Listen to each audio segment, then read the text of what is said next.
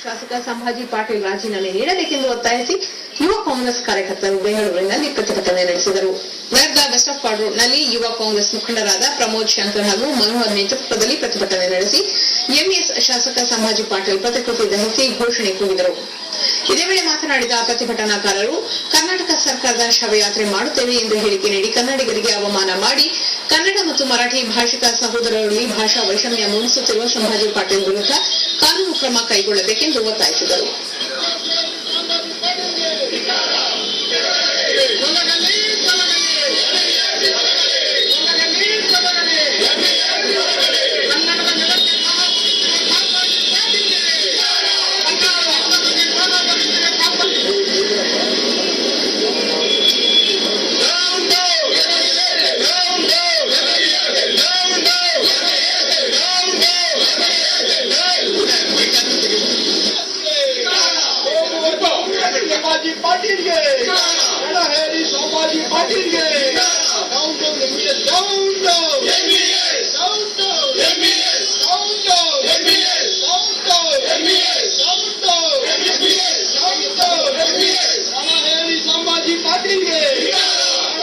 Sambhaji Patil